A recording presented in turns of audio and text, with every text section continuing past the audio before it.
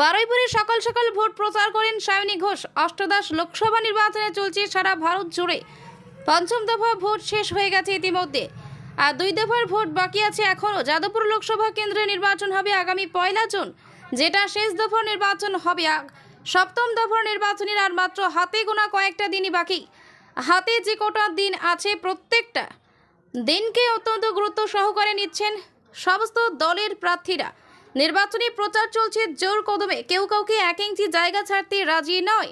সকালে তৃণমূল কংগ্রেস প্রচারে নামলে দুপুরে প্রচার করছে সিপিআইএম এবং সন্ধ্যায় বিজেপি। নির্বাচন কমিশনের নিয়ম মেনেই প্রত্যেকটা রাজনৈতিক দল নিজেদের প্রচার করতে ব্যস্ত।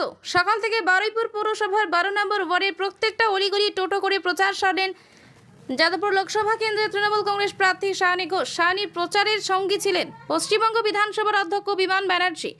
আজ বারুইপুরে প্রচারে তাকে সহযোগিতা করেন বারুইপুর পৌরসভার উপপৌরপ্রধান গৌতম কুমার দাস ও দক্ষিণ 24 পরগনা জেলা পরিষদের মৎস্য প্রাণী দপ্তরের কর্মাধ্যক্ষ জয়ন্ত ভদ্র সহ আরও অনেকে।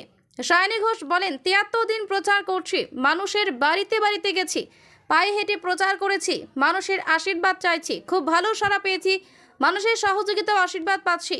মানুষের সমর্থন পেলে তবেই আগামী দিনে উন্নয়ন হবে। তবে মানুষ মমতাদির সঙ্গে আছে। পশ্চিমবঙ্গ বিধানসভার অধ্যক্ষ বিমান ব্যানার্জি বলেন, বারুইপুর পর্যন্ত মেট্রো রেল এক্সটেনশন করতে হবে। আমি নিজে রেলমন্ত্রীর সাথে কথা বলেছিলাম, এটা মুখ্যমন্ত্রীর পরিকল্পনা ছিল।